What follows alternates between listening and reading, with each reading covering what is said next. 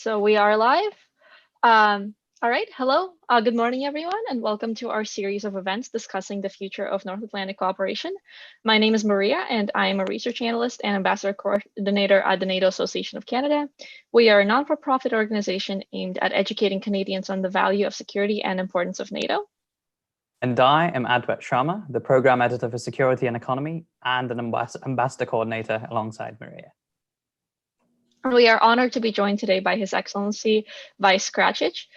Thank you for joining us, Ambassador. Ambassador Skračić has had a very extensive career. He has formerly held several positions in the multilateral and bilateral spheres. He started his career as a diplomat in the Croatian Ministry of Foreign Affairs in the Division for Press and Information and in the Division for the United Nations and International Organizations. He then went on to serve as disarmament and political officer in the Permanent Mission of the Republic of Croatia to the United Nations in New York and Geneva. In 2002, he went on to become the head of division for United Nations Affairs at the Ministry of Foreign Affairs and European Integration, and subsequently served as head of political affairs section at the Embassy of the Republic of Croatia to the United States. Between 2008 and 2009, he was also chargé d'affaires of the embassy and served as the political coordinator and acting deputy permanent representative at the Permanent Mission of Croatia in New York during Croatia's mandate on the Security Council. Between January 2010 and February 2013, Ambassador Skračić held the position of Deputy Chief of Mission at the Embassy of Croatia in Washington, D.C. In 2013, he then came back to Zagreb to work in the NATO division and the Ministry of Foreign Affairs of Croatia, and subsequently he took over the Division of Common Security and Defense Policy. In 2014, he was promoted to Director of Africa and Middle East, Oceania, Russian Federation, Eastern Partnership, Bilateral Relations at the Ministry of Foreign Affairs. And in 2017, he was named Assistant Minister and Political Director of the Foreign Ministry and took over the portfolio of non-European bilateral relations. He then became the ambassador of the Republic of Croatia to Canada in November 2019. I believe I covered everything. And after that lengthy introduction, Ambassador, I will now pass it on to Adwet to take away and start the discussion. Excellent. Before I sort of move into the questions, I think, Ambassador, you would like to make your opening remarks? Thank you. All right. As I said, I've prepared about a 20-minute opening remark, and I'm assuming afterwards we have a question and answer. To start off with, I would like to thank the NATO Association of Canada on giving me this opportunity to present Croatian priorities over the next period when it comes to, we're referring to NATO. It's a shame that we can't meet in person. I am longing for the day that we can actually meet in person and start the normal diplomatic way of doing these sort of things. But I know that considering the way things are working now, this is the next best thing. So again, thank you all for the opportunity. And I look forward to your questions and answers at the end of this, my introductory remarks. But as I said, it's a pleasure to be able to have the opportunity to present Croatia's priorities, as well as exchange views on the future role of the North Atlantic Alliance. In our opinion, NATO is definitely the strongest alliance in history. But as the Secretary General recently pointed out, in order to remain as such, NATO must continue to be agile and change in order to respond effectively to new challenges. It goes without saying that the ability to change and adapt is crucial to survive in a changing environment. However, it is of utmost importance that NATO does not compromise on its fundamental principles nor change the things that works well. Challenges are many, and we must take them very seriously.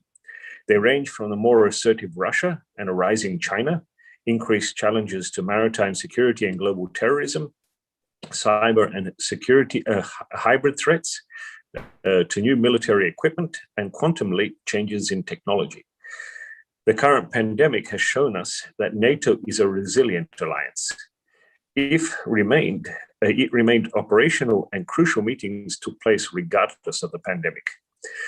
In regards to reinforcing NATO unity, solidarity, and cohesion, it is our belief that member states should work closer together and to achieve a common vision for the future of the alliance. The key for achieving this is enhancing communication between allies at all levels. I would like to highlight the importance of the transatlantic bond that is the backbone of NATO. The importance of strong ties between our North American allies and Europe, forged through many decades of working and fighting together, cannot be emphasized enough. The best way to reaffirm this bond is by investing into renewing a shared strategic culture. Increased respect for each other's positions and understanding of different perceptions, in particular when it comes to security, would contribute to that end. These previously mentioned challenges are manifold and complex in nature and can create discord amongst nations when transatlantic consensus is needed regarding their prioritization. NATO could provide a platform and offer advice on how to generate unique capabilities and ways on how to address them. In regard to increased political consultation and coordination, it is essential that we have a productive political consultation within the alliance and coordinate this strategic communication to the general public. Our alliance must stay coherent and unified, as our unity is essential for our shared security. The consensus decision-making process, especially on political issues, is not always easy, but it is crucial for our unity. We need to demonstrate this to our public, to our partners, but also to our adversaries. NATO must speak with one voice as an alliance. We cannot allow our adversaries to use possible incoherencies in communication or political decision-making as tools to drive a wedge between us. Also, it is important to enhance and strengthen public understanding and support for NATO. This is an ongoing process, and the importance of effectively communicating NATO policies to the general public is often underestimated and can negatively affect their implementation in the long term. In order to do so, we must work in several directions. We should increase communication on social media by adapting content to a targeted audience. We should focus more on youth and engage them more actively in our public diplomacy campaigns. The COVID-19 pandemic has forced us to resort to the use of certain technologies in our everyday tasks, hence this meeting that we're having today. We already possess significant technologies, but the question is whether we use them effectively. Having in mind the complexity of new threats and challenges, we believe that NATO would benefit from new formats for discussion on cross-cutting or domain issues, like more convivial policymakers would contribute and reinforce discussions on such challenges. We already had an example for the challenges of hybrid threats. Perhaps the same kind of discussion could be considered for a limited number of topics, for example, on burden sharing. Such meetings would also greatly help in enhancing NATO visibility amongst governments within the alliance. One of the most important issues when talking about consultations and coordination is NATO EU cooperation. We believe that the current collaboration is generally satisfactory and on track, but there is always room for improvement. For us, further strengthening of NATO EU cooperation is essential for both sides, as they are complementary in their nature. On the one hand, NATO is and will remain the backbone of collective defense, and it is a crucial pillar for the European security architecture. It is necessary to continue to strengthen dialogue between them and their staff in order to create conditions for easier information exchange. For example, although on good track, more frequent exchanges between the NAC and the PSC, or maybe even between COREPER 2 on various topics, would be beneficial. Regular participation by NATO EU Ministers of Defense and Foreign Affairs meetings, and vice versa, would demonstrate a transparent dialogue between the two and their willingness for an even stronger cooperation. When we debate European defense, we believe strengthening Europe's defense capabilities should not be seen as weakening NATO, but quite the opposite. A stronger EU also means a stronger NATO. Sharing existing experiences would be strengthened so that NATO and the EU can complement each other. While we want to avoid duplication of effort and achieve a complementarity of action, in some areas this is perhaps inevitable as the EU seeks to build its defense capabilities for understandable reasons. Therefore, it would be good for both to better align their commitment and find a way to merge their interests. Similarly, NATO should approach the EU much more openly, which would require the political will of non-EU countries. We, of course, expect the same from the EU side. In regards to strengthening NATO's political role and relevant instruments to address current and future threats from all strategic directions, I would particularly like to stress that NATO is a political military alliance that is performing in areas much wider than just collective defense. I think that this has been mentioned on several occasions, and this was especially mentioned in the NATO 2030 United for a New Era document put together for analysis and recommendations on the reflection group. Threats are growing in number, and the complexity and demand more thorough on analysis on how to respond to them. For NATO, Russia remains a main military threat to the alliance, and it is essential to stay committed to a dual-track approach as regards to Russia, which means a meaningful dialogue coupled with a strong deterrence and defense posture. The level of dialogue and its conditionality should also depend on the topic. We should be pragmatic in that sense. We still need Russia on various international issues, and we need to discuss these with them.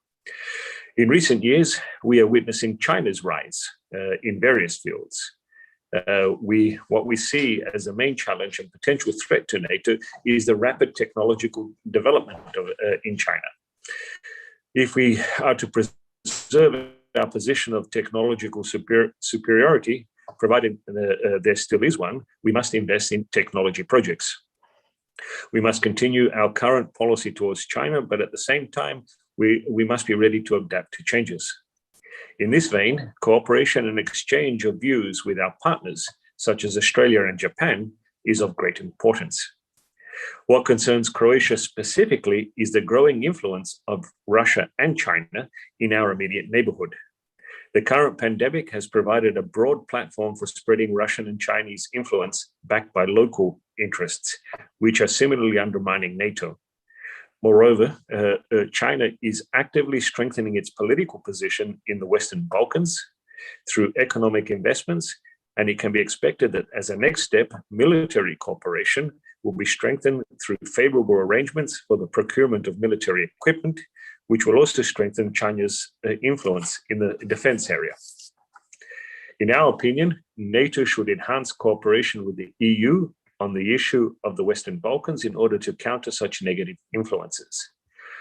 A lot has been done, but we also must be aware that the Western Balkans remains our unfinished business. It is necessary for NATO to have a strong influence in this region in order to enhance stabilization processes. NATO's current involvement in the Western Balkans, for example, the presence of NATO troops in Kosovo, demonstrates that the alliance effectively combines both military and political tools. The acceptance of Euro-Atlantic values by Western Balkans countries would help bring them closer to NATO and increase their resilience, thus mitigating the risk of political threats. This is one of the reasons why we advocate so strongly the open door policy as an important tool of the alliance. Croatia will continue to encourage Bosnia and Herzegovina on its path to becoming a member of NATO, and we are ready to provide support to other Western Balkans countries if they decide they wish to join the alliance. We also support Ukraine and Georgia regarding the stated NATO ambitions pursuant to promises given to them at the Bucharest summit in 2008. Pertinent to this is also the important questions of partnerships. They are one of the key elements for strengthening NATO's political role, but we must reassess existing partnership initiatives against new geopolitical realities. We especially need to have in mind that we should try to employ a more global approach to security today. It is also necessary that NATO differentiates partners based on their contribution to the goals of the alliance and by their expressed level of ambition towards achieving these. To be more precise, each partner country should develop a clear vision and goals of its cooperation with NATO, especially in terms of defining the end goal. For some partners, the end goal or the end state is clearly defined through their eventual membership in the alliance. But for others, it consists of contributing to NATO operations, missions, and activities through interoperability. That is where we see the necessity to further define relations within the alliance, Partnerships need to be interest-driven. To conclude these introductory remarks, we definitely need to re-examine our work and positions and reflect on the future of our alliance. It is crucial to strengthen cooperation with the EU and other like-minded international organizations and countries. We must keep in mind global geopolitical developments, but remain focused on threats in our near neighborhood, and for us that means especially the Western Balkans. Parallel to geopolitical changes, we must not forget to keep up with ongoing and rapid technological developments. And lastly, I would like to emphasize that NATO's reflection process, that after NATO's reflection process is completed, we would remain open to the possibility of reviewing NATO's overall strategic concept, which, as you know, was last updated in 2010. I would like to thank you for your attention and hope that our observations will prove useful in your future work. And I remain open now to any questions you may have. Thank you. Thank you so much, Ambassador, for your extensive comments and the wonderful points that you've raised. I believe that that one point that you mentioned about NATO being only as strong as the partnerships within it is a really interesting one. And to that end, I was going to ask, we have the first question here, which is Croatia and Canada have long enjoyed a close, multifaceted friendship. How would you describe this bilateral relationship? And perhaps what do you see are some of the potential challenges that need to be addressed in preserving it? Well, the challenges we all face is the challenge of unity. We need to remain unified. This is something that we cannot stress enough. I know that there's been a rocky road sometime in the last few years when it came to the relationship, the transatlantic bond, and that Canada wasn't involved there. It was more your southern neighbor. But the way we look at it is, who have you got to turn to? If we don't turn towards each other, if we don't support each other, others will profit. There is no alternative for us. And we have mentioned that the transatlantic bond is the backbone of European security. Now, Canada has a very important role. It has played a very important role in the past. We work closely with Canada on a number of political and other issues. We have worked together, something that you would know previously on the anti-mine issue. Canada was at the forefront of the international campaign to ban landmines. Croatia and Canada worked very well together on this issue, and we keep on doing so today. Defense cooperation is ongoing. We have exchanges all the time. We work together on various NATO projects, especially on in the Baltics, NATO's forward presence. So, you know, this last year has been a little bit more difficult because it's been hard to work within the compounds of the pandemic. But we will continue this once we start acting more normally. I think that defense cooperation will continue. On the political level, we have no open issues. Canada and Croatia are NATO allies. We're partners with the EU. Our strength is growing. As you know, the EU and Canada came together with a new trade treaty called CETA, the Comprehensive Economic and Trade Agreement, and that has also helped us enhance trade between the two sides. So I think we only have to go up. There is no downside in our relationship. Now, it's also important to note that both Croatia as an EU country and Canada share many of the same values and on the international stage. We are both staunch multilateralists. We believe in the rule of law. We support each other in multilateral institutions. I think it was once remarked recently at an EU-Canada meeting that if Canada was on the other side, as in Europe, it would already be a member of the EU, considering how it functions. So, but as I said, the work that we do together is very important, and we will continue to do so.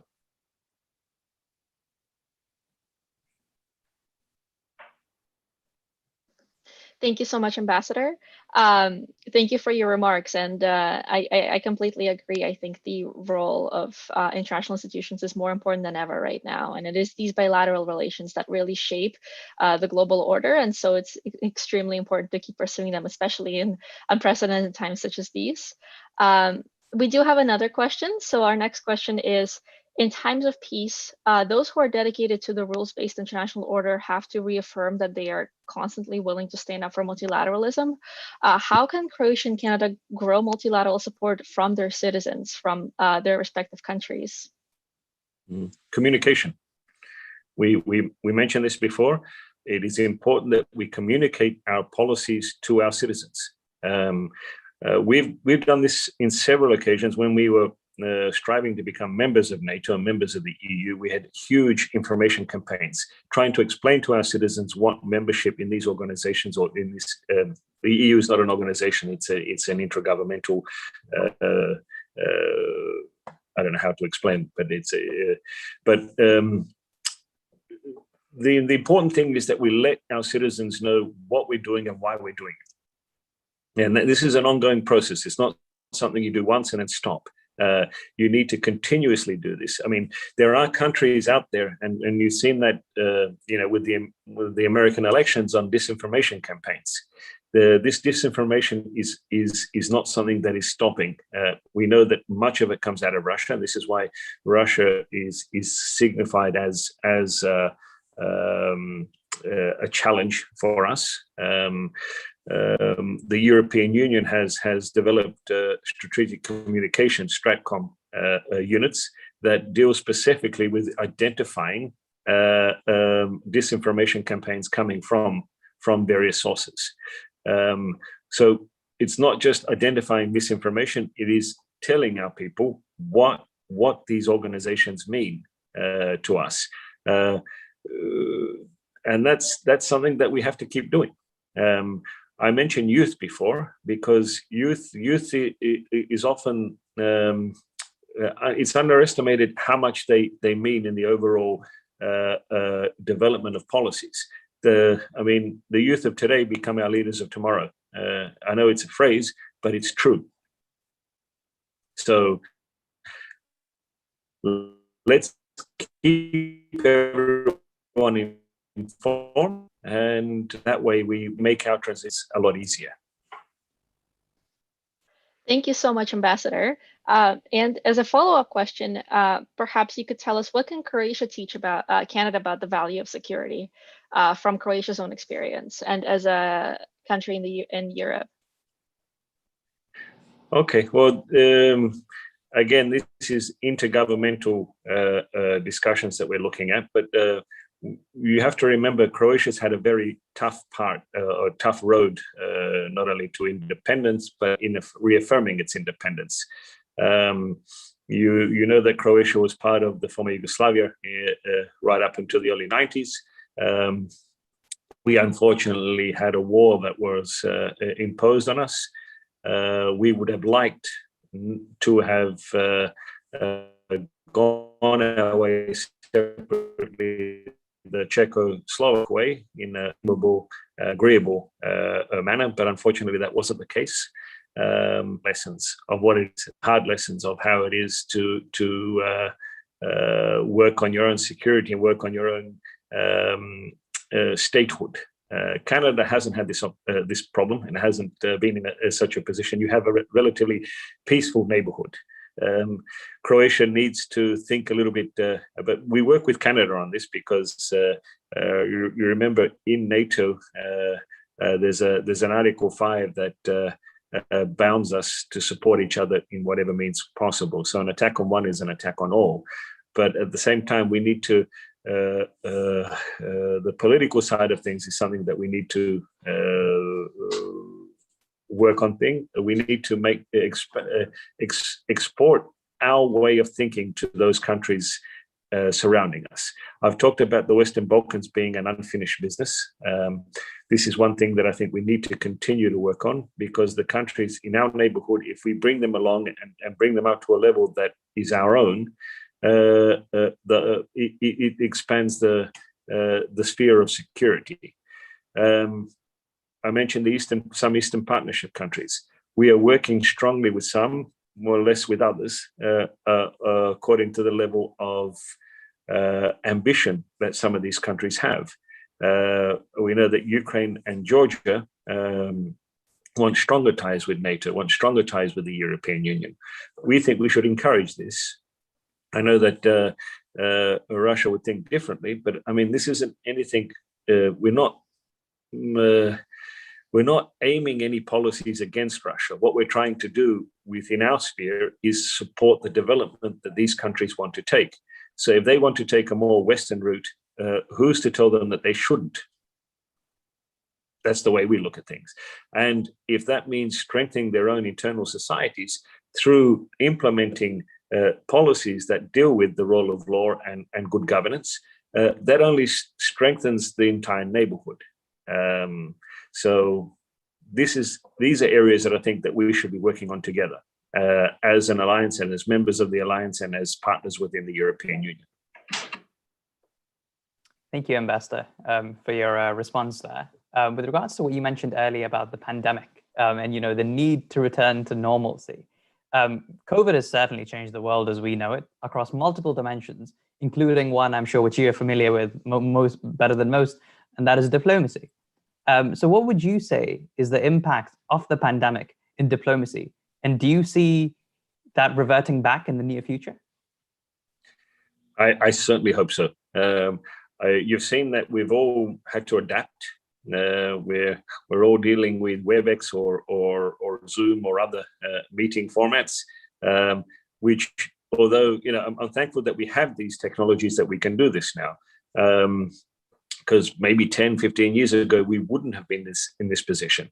I remember what it was like, 20 odd years ago, we were still using simple phones and beepers in our work.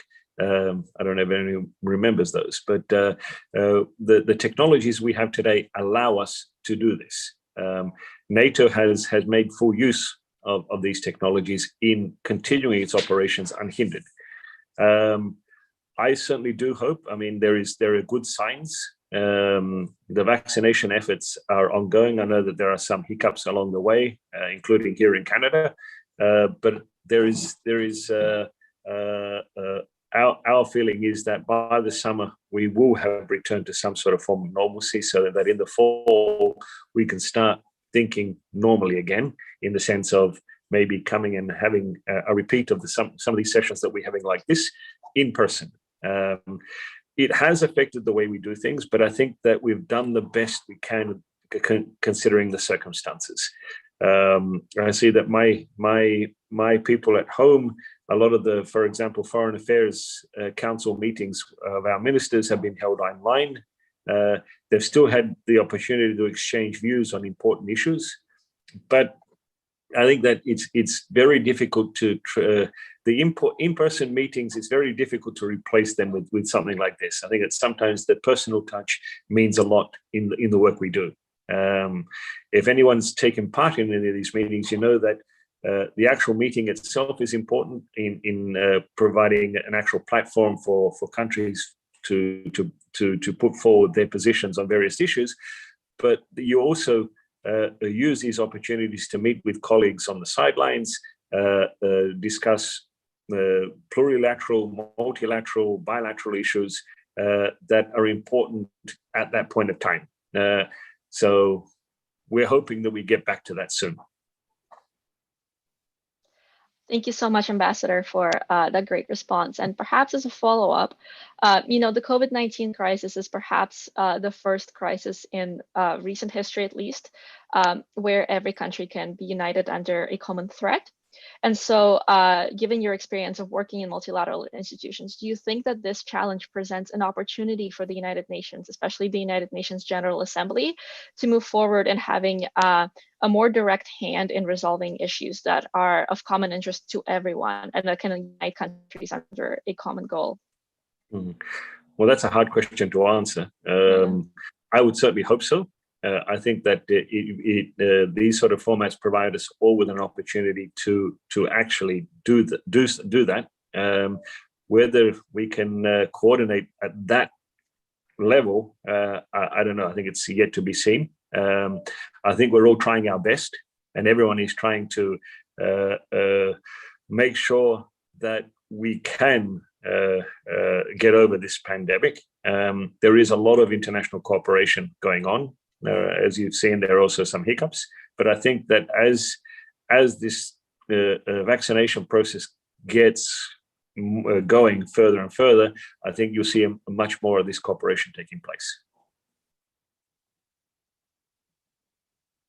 Thank you so much, Ambassador. In the interest of time, of course, it is now 10:30, so I will be asking one last moderated question before we open the floor to questions from our live audience. Without a doubt, you've had quite the exciting career, Ambassador, you know, with your work with the UN or NATO. In that regard, what would you say are some notable highlights that you'd be willing to share with us? Oh, I would say first and foremost was the opportunity to serve in our permanent mission during Croatia's 2-year mandate in the United Nations Security Council. It was certainly an eye-opener. You really see the level of diplomacy, how international cooperation takes place at that smaller level, the 15 countries deciding on peace and security throughout the world. Of course, Croatia was a subject of the UN Security Council during the 1990s. When we entered our mandate, a 2-year mandate in the Security Council, we entered it with an open, you could say, open mind and open heart. We wanted to be as open with those countries on the agenda of the Security Council as we could have. Of course, we had our own obligations, so that didn't always mean that we could be as open as we would like to have been, because there's certain things that are done behind closed doors. But we had a hands-on approach. We were very thankful to our partners then, who helped us through the process. The UN Secretariat was a great help. They really are good experts on this.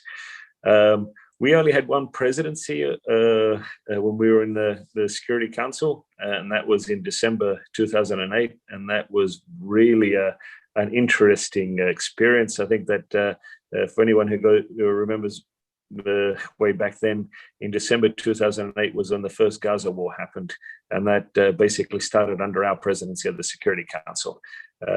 So emergency diplomacy was something that we really got a first-hand look at.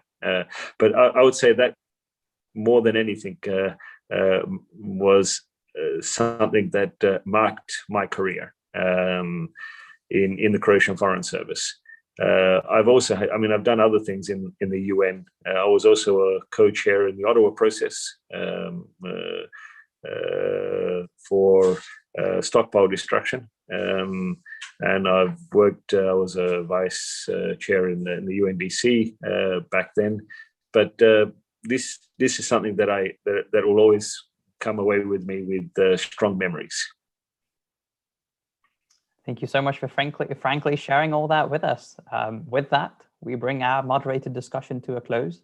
Thank you so much for your inputs and insights, Ambassador. And we will now be opening the floor to questions from our audience. Maria, please take it away. Thank you so much again. So I would just like to remind the audience that please feel free to ask your questions in the YouTube chat beside the live stream.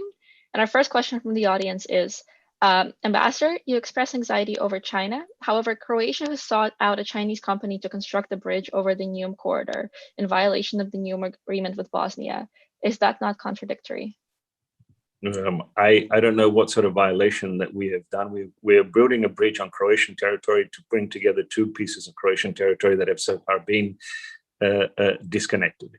The bridge is being built with EU money. So 85% of the funds going to build the Pelješac Bridge are being built with European Commission funds. The Chinese company selected to build the bridge, the China Road and Bridge and Road Corporation, was selected by public tender. Everything involving EU funds goes to public tender. They were considered the best bid. I think for China, it was very important because it's the first time that they had won a public bid using EU funds to build such an infrastructure project on EU territory. So I think there's nothing controversial there. Everything was vetted. The EU Commission agreed, and we're in the process of having the big bridge being built. As I said, it's putting together two so far disconnected parts of Croatia on its in the southern area. That's the purpose of building the bridge. Thank you so much. I just have another question here, and I think it really does build off of what you mentioned earlier about sort of Russia and China and NATO really having to evolve to combat the rise of China, especially. Russia, in that regard, very recently, this was as of yesterday, indicated that it's exploring ways to set up a lunar base with China on the moon, that is. So in that regard, indubitably, this has consequences for space exploration as we see it. And how do you think NATO should respond to such developments? Well, that's I think an area outside of my expertise. I would find that Russia and China cooperating on such a project would be I'd like to see it to believe it. I think space exploration is something that everyone, from what I've seen so far, there's a lot of cooperation when it comes to space exploration. I mean, you look at American astronauts were launched into space up until very recently using Russian rockets and cooperation with the Russians. So I would hope that the use of space would be something that would still be to the benefit of all mankind rather than to any one particular country. The European Union has its own space agency, and we cooperate with many other space agencies around the world. And this is something that we will continue to do. So having cooperation between two countries on space exploration, I don't think is anything out of the ordinary. Become exclusive to exclude others.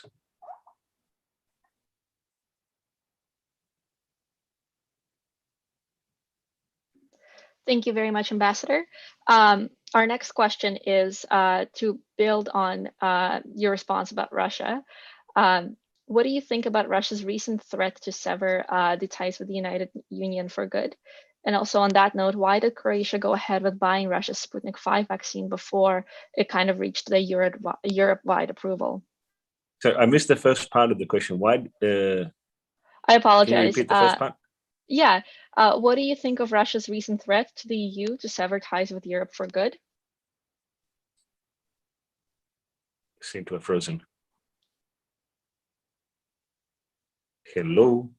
Hello? We can hear you. Sorry. Maria, can you repeat the first part of the question? I missed that. No problem. I'll just repeat the question.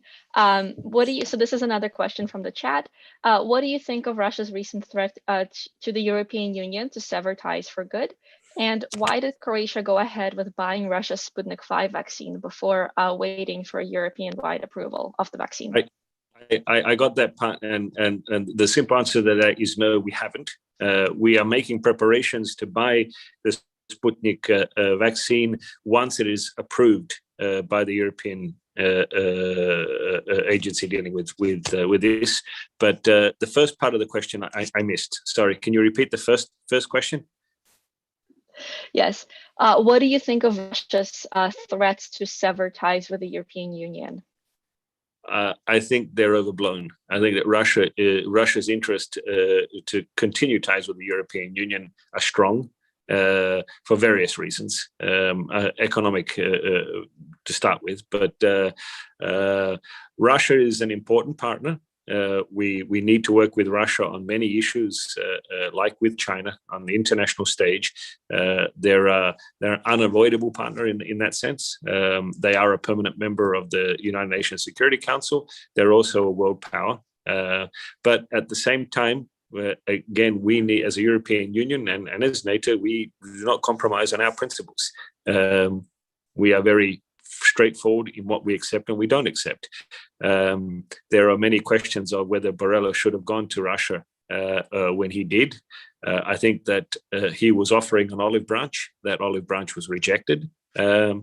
We'll continue now. The European Union implements certain sanctions against Russia for not only its involvement in the Donbass, but also in the annexation of Crimea, which is something that no European Union member country will accept. We will continue to work with them on these issues. We will continue to make our positions known. We will, as I said, be very straightforward in this. We have now I think that within the PSC, they're also discussing new sanctions towards certain Russian leaders when it comes to the Navalny poisoning and sanctioning and so on. So we have our mechanisms. We use those mechanisms to the best of our ability. But I think Russia's threats on severing ties with the European Union is just for show. I don't see them doing it. And I think that it's cutting off the branch that they're sitting on, or but you know how it goes. So I don't think. I think a lot of it's bluster. The important thing is that we continue talking about mutual issues that are important for both of us. But as I said, we have our strong position on issues when it comes to rule of law and good governance. We will continue to do so. Thank you so much, Ambassador. There is a growing narrative. The different states within Europe have sort of varying relationships with China that China is seeking to develop. In that regard, what are your thoughts on the relationship between China and Bosnia? I believe Bosnians have a special visa relationship with China. And what do you think of this perhaps overspilling and deepening friendship between China and Serbia then? Well, I think all of those countries need to answer that question themselves.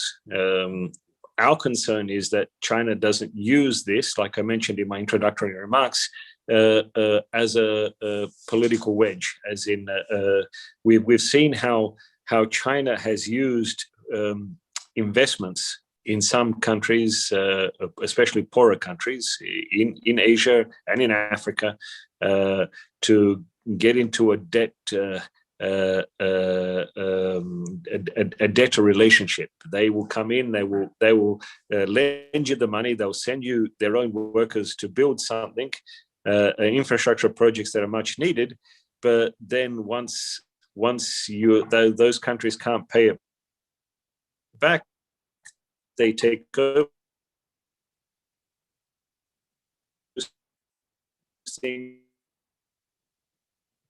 of political pressure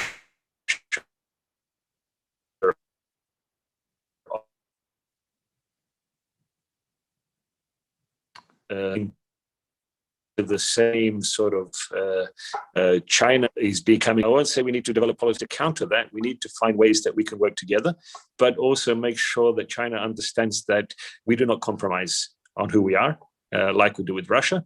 And we have ways of doing that. Investment screening is something that we do in the European Union. It is something that is done very carefully. One of the big issues that we've been working with China as a European Union of late is the question of a level playing field. This is ongoing. One of the reasons China won the project of building the Pelješac Bridge in Croatia was that we offered them a level playing field on bidding on contracts in the European Union. Now, we expect the same for European Union companies bidding on projects in China. If that is not going to if that's not going to be the case, well, then we will slowly introduce policies that will eliminate possible future Chinese infrastructure bids within the European Union if we don't get the same treatment. Very simple. But as I said, it is worrisome because while we in the European Union have mechanisms to defend ourselves, some of our neighbors do not.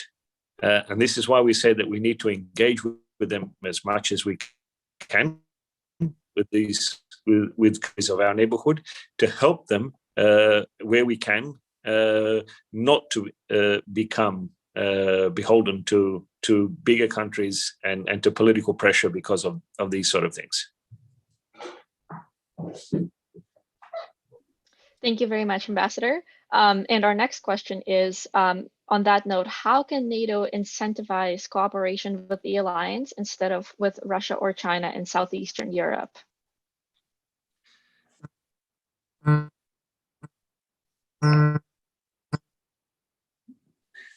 I'm sorry, there was an Amber Alert that came on my phone there. It cut me out there first. Likewise.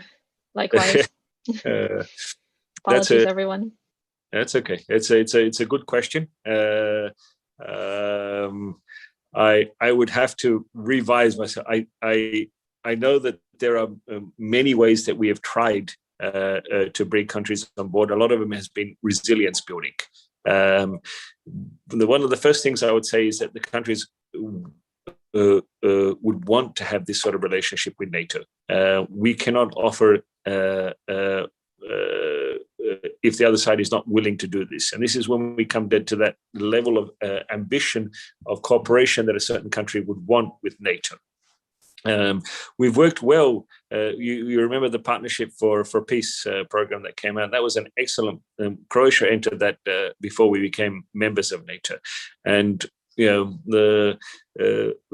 we worked through the different cycles. We had the membership action plan that helped us become prepared for membership in NATO. The map, if you ask me, can be used even for countries that don't want to enter NATO as full members, but it's a good way of getting them prepared on the political and technological level on becoming interoperable with NATO and NATO countries. What we say is that, again, these programs are aimed to help you build your own resilience. It's not something that we impose upon you, which is why you need to be ready to do the hard work yourself. If you are willing to do that, we will offer you our assistance. If you're not, well then let us know what level of cooperation you would like. This is the same on the EU level. Both NATO and EU work on similar tracks. They're not always the same. The EU has a different approach in certain things. We have the partnership agreements with countries. Croatia also signed a partnership agreement with the EU before it became a member of the EU. Some countries, for example, in our neighborhood have partnership agreements. Some countries in the Eastern Partnership have partnership agreements. Some countries were close to it. For example, Moldova negotiated a partnership agreement with the EU, but then decided not to sign it under Russian pressure. So we developed a different partnership. But all these partnerships are done so that, as I said, we are offering our advice on how you can reform your own internal way of doing things in the military, in the political, in other spheres, and that advice is freely given. You can take it or not. That is aptly put, Ambassador. Speaking of membership, for Bosnia to be the next first member, do you think there's a joint initiative between Kosovo and Canada? Do you think that's possible in 2021 to make this happen? Sorry, between who and Canada? Kosovo and Ottawa, should I say? But yeah, between Kosovo and Canada, as the question says. Well, I think Kosovo has other issues it needs to deal with, but these are all parallel tracks. We support Kosovo's future. We have Croatia recognized Kosovo as an independent state. It has been recognized by over 100 and so countries. The important thing now is that they continued their dialogue with Serbia under European Union auspices. I know that the US and others are helping in this regard. It's everyone's interest that Kosovo and Serbia come to an agreement on their future relationship. We're hoping this will happen sooner rather than later, so that we can move on to the process of actually normal governance in both countries and normal relationship between the two. we are hoping somewhere along the line that Kosovo will take its place amongst the other nations within the United Nations. But this is part of the process that is still ongoing. We are offering our support to them. You know that KFOR continues to operate, so it's one NATO operation that is helping with the stability of Kosovo. Croatia has a number of troops there. I think we continue to have a helicopter unit there and other troops, and we work closely with Canada on this. So, excellent. Thank you so much. I believe one thing that you also mentioned, rightfully so, was that NATO and the EU, they work together, but they do have varying functions, with the former being more towards defense and the latter being more towards governance. In that regard, there has been a debate within Europe for quite some time now about putting together an EU army. And of course, this would have consequences for NATO.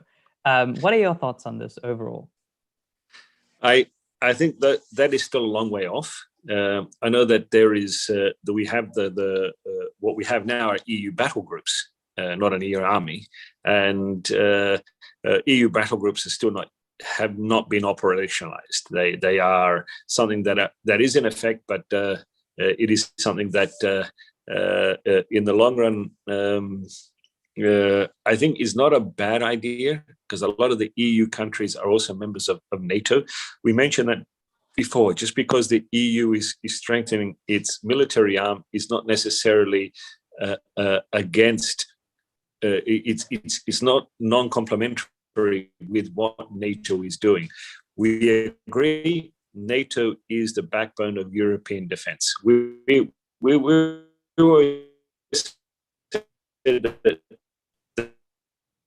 that's for European. Transatlantic, it's not something that divides us.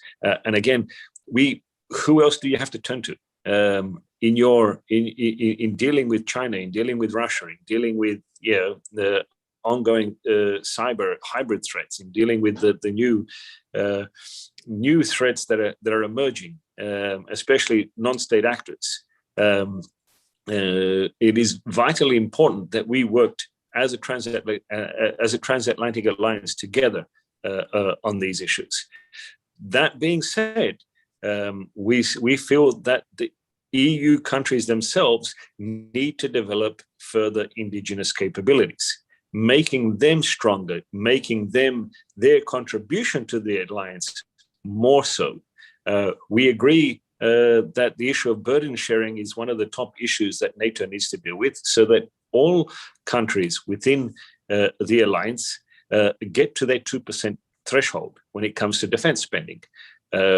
Croatia is not there yet. I think we're at 1.7 something or other. We plan to hit the 2% mark by 2024. So we are planning on getting there. We have the procurement plans to lift our defense spending. We're looking at a decision on the next fighter aircraft should be coming fairly soon. We're looking at modernizing our Navy. We're looking at modernizing our defense land forces. We have a purely professional force. It's small but agile. But we are doing what we can as part of that.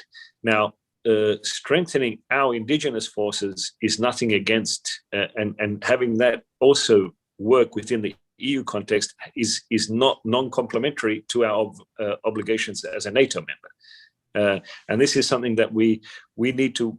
This is why the cooperation between the EU and NATO is so important. We need to talk to each other, let each other know what we're doing in the two areas. So to make sure that the work that we're doing is complementary and is not butting heads in certain areas. And the worst thing you can do is do one thing in one area, do the same thing in another area. So you're basically wasting resources. There are areas where the EU and NATO can find common ground on working on joint projects, and we're hoping that that'll be part of the future discussions. But in short, that's what we look at when it comes to EU-NATO cooperation. Thank you so much, Ambassador. And I believe we have time for one more question. So our closing question is, how can NATO's strategic concept be improved to better adapt to a changing security environment? Oh, yeah, that's important. I think technologies are very important. We need to move with the times. Each strategic concept is developed over a certain period of time. The last one was developed in 2010. And we know that a lot of work was coordinated by then Madeleine Albright in presenting the NATO strategic concept. But we think many parts of it are valid today. But what I mentioned earlier on and what our people are looking at is the changing technologies that will probably mark the future, the next 10 years to 2030. We know that just in military equipment, you look at how things develop quickly. What just say a tank looked like 20 years ago and what it looks like today, if we're looking at purely military equipment. But information technologies there are very important. So I would say that the first and foremost, NATO needs to look at technologies, how we are going to develop joint technologies to counter possible threats from the outside, and how we're going to do it together. That would be my simple answer. Excellent. Thank you so much. Looks like that is all that we have time for. We'd like to convey our sincere thanks to you for agreeing to have this conversation and for your thoughtful responses. And with that, I'm now going to pass it on to our president, Robert Baines. Thanks so much, Edward. Ambassador, it's just left to me to, first of all, thank your two questioners, Adwet Sharma and Maria Zelenova. Great job, you two. They are part of our team at the NATO Association. It is a constantly growing team of volunteers and interested parties to make sure that Canadians understand the value of security and the importance of NATO. Thank you so much, Ambassador, for helping us to explore that. The many different ways that both Croatia and Canada benefit from NATO, the importance of the alliance, and as you say, the transatlantic relationship writ large. We hope to be able to meet you in person, in the summer or in the fall, who knows when. It's a mutual wish.